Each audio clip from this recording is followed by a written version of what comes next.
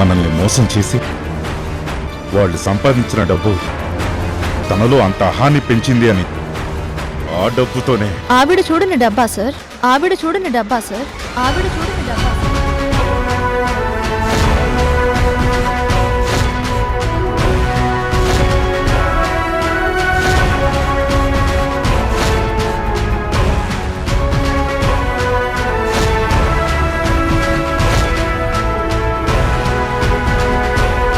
మీ ఇంట్లో యువరాణిలా పెరిగిన ఆవిడ తనకి ఏదైనా కావాలన్నా హక్కుగా తీసుకోగలిగే ఆవిడ దోచుకుపోయింది ఎంత సార్?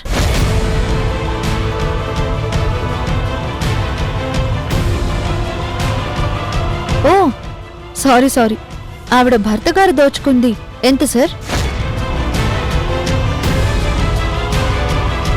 మీ ఆస్తి రెస్టారెంట్లో చేసిన బిల్లంతా ఉంటే అతను దోచుకున్నాడు అని మీరనుకుంటున్నది మీరు బ్యారర్కిచ్చే టిప్ అంతా.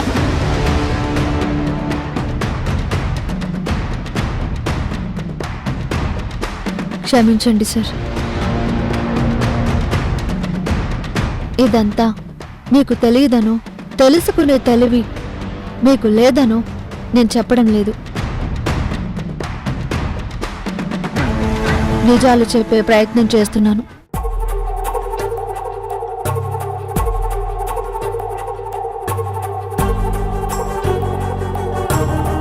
ఆకాశంలో మబ్బులు కమ్మినప్పుడు సూర్యుడు మనకి కనిపించడు సార్.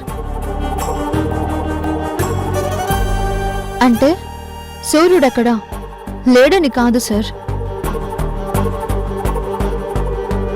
సూర్యుడిని ఆ మబ్బులు కమ్మేశాయి.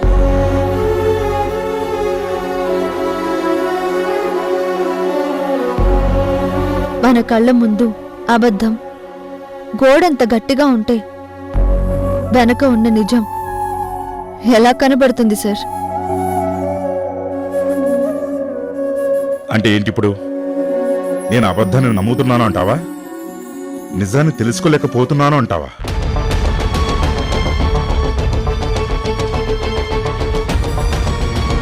సరే, నువ్వే చెప్పు.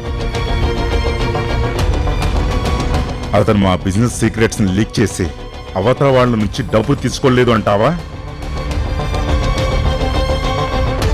తీసుకున్నారని ప్రూఫ్ ఏంటి సార్?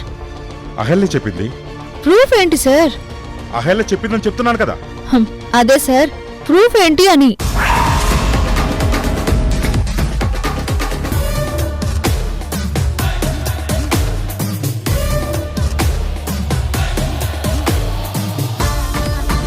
రికార్డు ప్రూఫ్ లేదు కదా సార్. పోనీ ఏ కంపెనీకి లీక్ చేశారు సార్?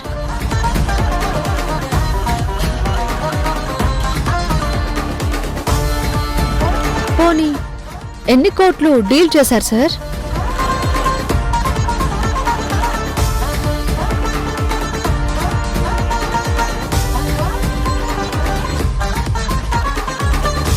నా ప్రశ్నకి సమాధానం లేదా సార్? ఓ కనీసం తెలిసిపోలేదా సార్?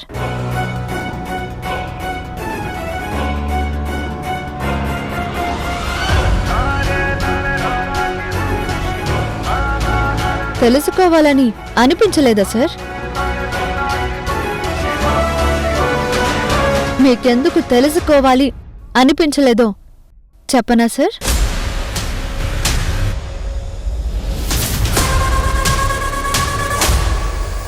మీ చెల్లెలు గారు మీకు ఇష్టం లేని పెళ్లి చేసుకుని వచ్చారు.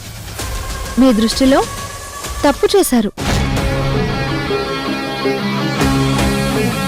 అప్పుడు అహల్య గారు చెప్పిన ప్రతిదీ మీకు నిజం అనిపించింది. కనీసం క్రాస్ చెక్ చేయాలి అనిపించలేదు.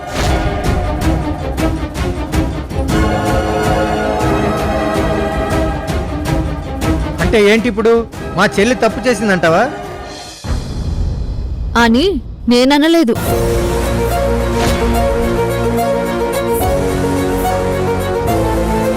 ఏ భార్య అయినా తన భర్త మొదటి ప్రయారిటీ, ఫస్ట్ ప్రిఫరెన్స్ తనకే ఇవ్వాలి అనుకుంటుంది.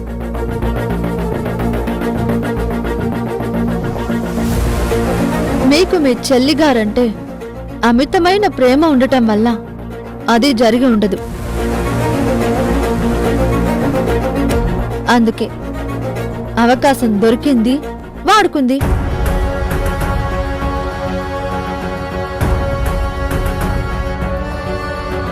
ఇందులో ఆవిడ తప్పు లేదు సార్.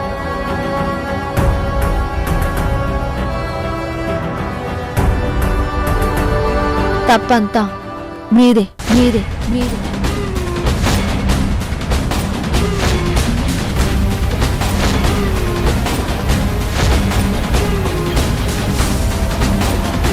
ఏం మాట్లాడుతున్నావు? మా అన్నయ్యని సార్కి అర్థం అవుతుంది.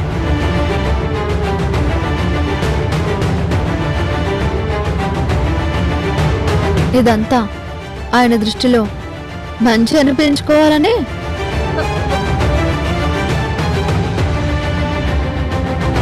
నేను మాట్లాడుతుంది ఇంకా అవ్వలేదు, కాసేపు ఆగండి.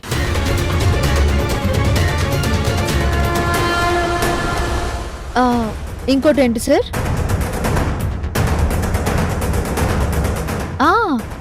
వాళ్ళు సంపాదించిన కోట్లు మోసం చేయడమే చాతకాని వాళ్ళకి కోట్లు ఎక్కడి నుంచి వస్తాయి సార్?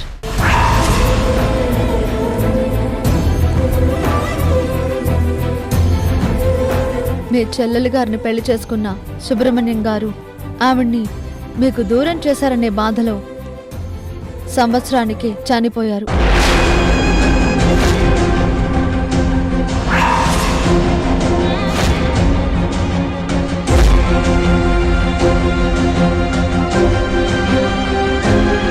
అప్పటి నుంచి మీ చెల్లెలు గారు ఒంటరిగా శ్రీకర్ని పెంచారు.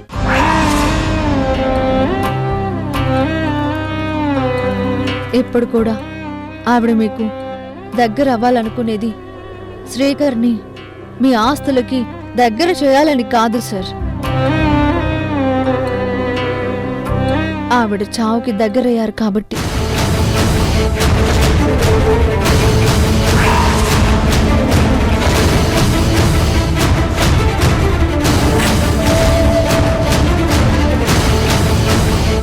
అవును సార్, ఆవిడ ఎంతో కాలం బ్రతకరు.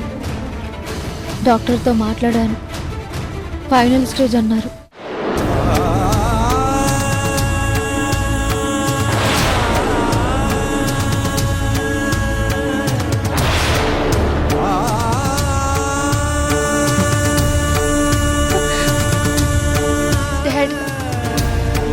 ఏంటి డాడీ ఇంకా ఆలోచిస్తున్నారు?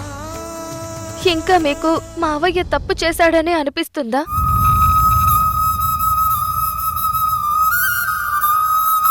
ఆయన అలాంటి వాడైతే అసలు శ్రీకర్ కూడా అలాంటి వాడే అవ్వాలిగా.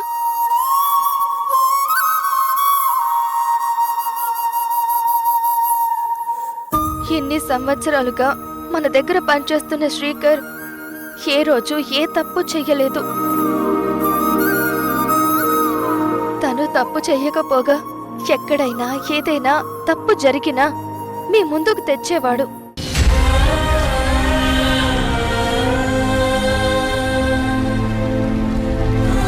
ఆ తప్పు జరగకుండా చూసేవాడు. మీరే తనని చాలాసార్లు అభినందించారు కూడా.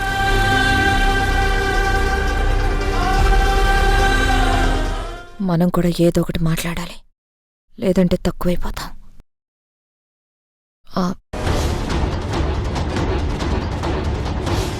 అవును సార్, శ్రీకర్ బాబు మీ మేనల్లుడయ్యుండి ఏ రోజు ఆ చనువు తీసుకోలేదు, అలా ప్రవర్తించలేదు.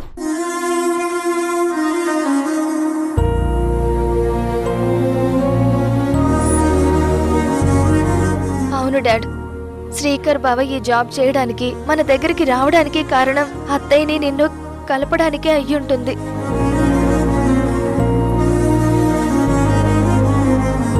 సార్, ఇప్పుడు మాట్లాడొచ్చో మాట్లాడకూడదో తెలీదు. సృజన గారు కోరారని అసలు ఏమీ తెలియని నన్ను ఈ ఇంటి అల్లుడిగా చేసుకోవడానికి ఒప్పుకున్నారు.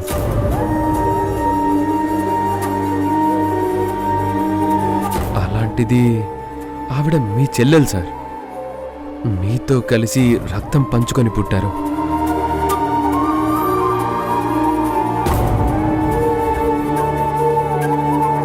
అలాంటి ఆవిడ మీద మీకు కోపం ఏంటి సార్?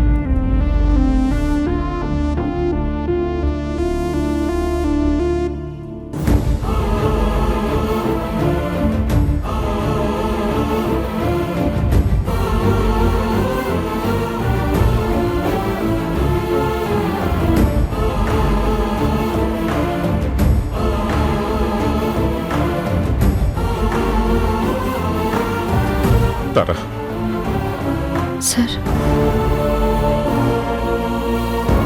నా చెల్లెలు ఎక్కడమ్మా?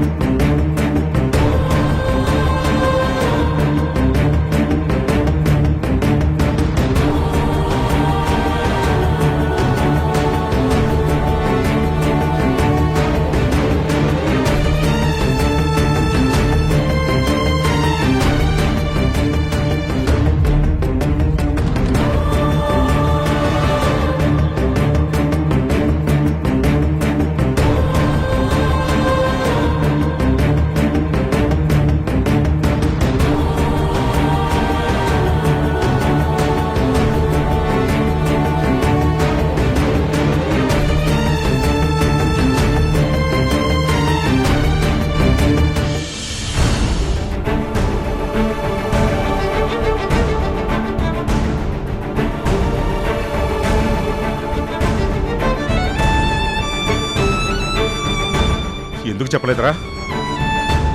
సార్,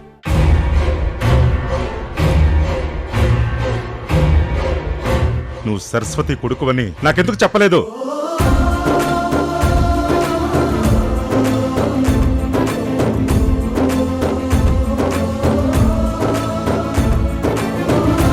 మావయ్య,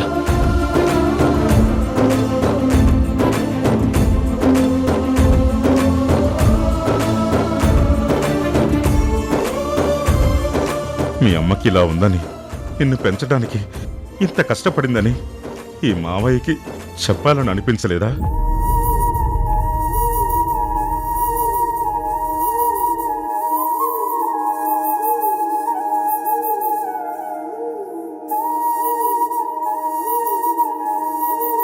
చెప్దామని చాలాసార్లు అనుకున్నాను సార్. సారేంటి? మిమ్మల్ని బాధ పెట్టానని నన్ను కూడా బాధ పెట్టాలనుకుంటున్నావా? అదేం లేదు మావయ్య, చెప్దామని చాలాసార్లు అనుకున్నాను. కానీ మీరెలా రిసీవ్ చేసుకుంటారో అని భయపడి.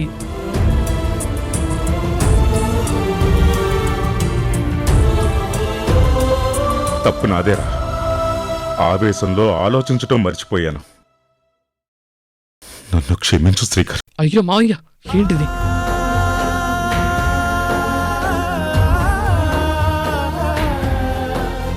ఆశీర్వదించాల్సిన చేతులతో ఇలా చేయకండి.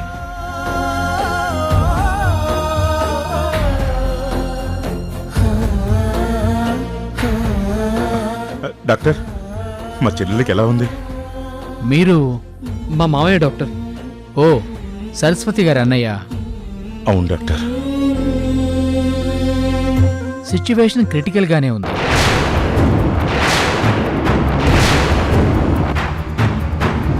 మేము మా ప్రయత్నాలు చేస్తూనే ఉన్నాం.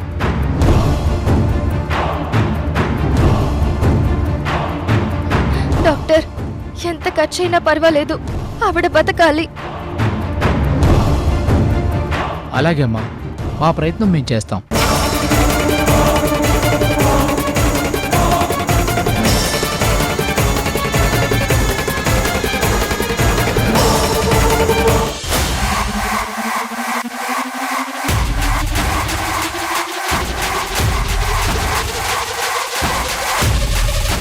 వసుదా, నువ్వు పుట్టడమే ఇంత తెలివిగా పుట్టావా? పుట్టాక ఇన్ని తెలివితేటలు వచ్చాయా? ఏం లేదు, అలాంటి సిచ్యుయేషన్లో ఆ సరస్వతి తిరిగి ఇంటికి వస్తే నా ఆటలు సాగవని, అది రాకూడదని నేను దేవుడికి దండం పెట్టుకుంటుంటే నువ్వు మాత్రం శ్రీకర్ మంచోడండి, మీ చెల్లెలు ఇంకా మంచిదై ఉంటుందండి అని నంగిగా మాట్లాడేవే. దాని గురించి మాట్లాడక మీ చెల్లిని తీసుకురావద్దు. ఆస్తంతా నా పేరునో మోహన్ పేరునో రాసి మేము జీవితాన్ని హాయిగా గడుపుతామంటే రాస్తాడా? ఊసర వెళ్ళి ఎన్ని రంగులైతే మార్చగలదో మనుషులు అంతకంటే ఎక్కువ రంగులు మార్చగలరు. అవి కనపడతాయి, మనుషులు కనబడరు, అంతే తేడా. మనం మనుషులమే కదా, తెలివిగా ఉండాలి కదా. మనిషిని చంపాలంటే సముద్రం నుంచి సునామీని తీసుకురావాల్సిన పని లేదు. ఒక్కొక్క నీటి బొట్టుని క్షణానికొకటి నుదుటిన పడేలా చేసినా చాలు, కిరబిక్కిరయి చస్తాడు. అలాగే మనం అనుకున్నది కూడా వెంటనే జరగాలని కంగారు పడకూడదు. తాబేలు మెల్లగానే నడుస్తుంది, కానీ విజయం దాందే అవుతుంది.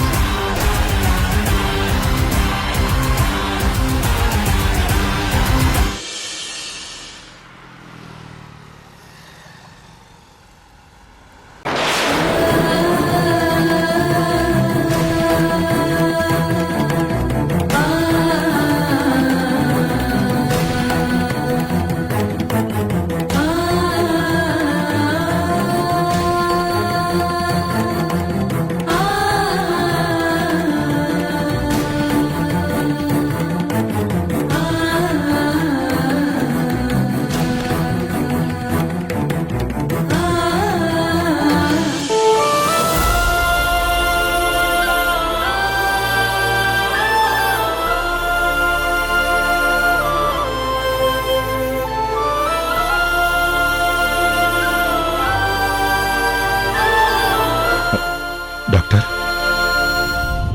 చాలా ప్రయత్నించామండి, పరిస్థితి చేయి దాటిపోయింది.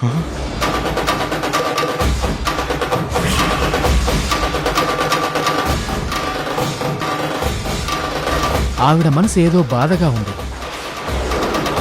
అదే ఆవిడ్ని కిల్ చేస్తుంది. లాస్ట్ మినిట్స్, మీరు వెళ్ళి చూడండి.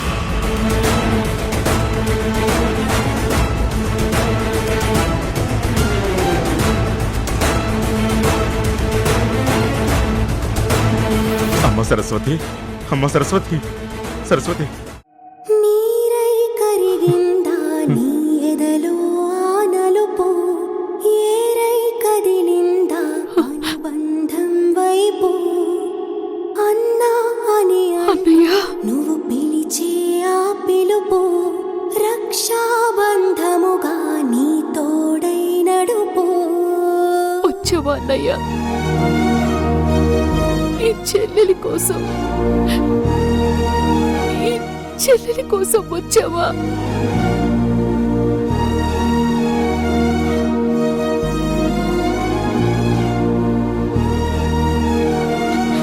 శ్రీకర్, శ్రీకర్, మీ మావయ్య వచ్చాడురా. తన చెల్లెల్ని క్షమించి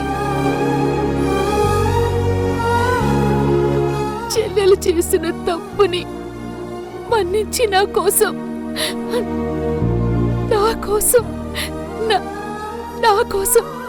నా దగ్గరికి వచ్చాడురా.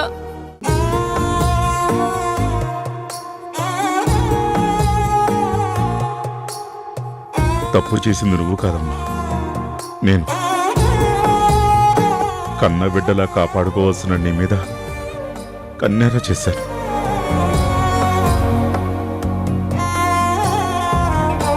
కంటి పాపలా కాపాడాల్సిన నీతో అసహ్యవాడిలా ప్రవర్తించాను.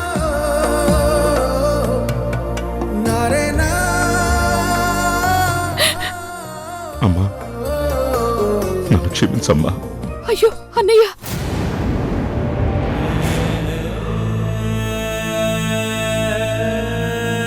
అన్నయ్య, అన్నయ్య,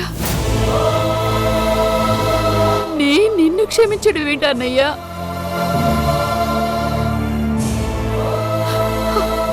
ఆశీర్వదించాల్సిన చేతులు నమస్కరించకూడదన్నయ్యా.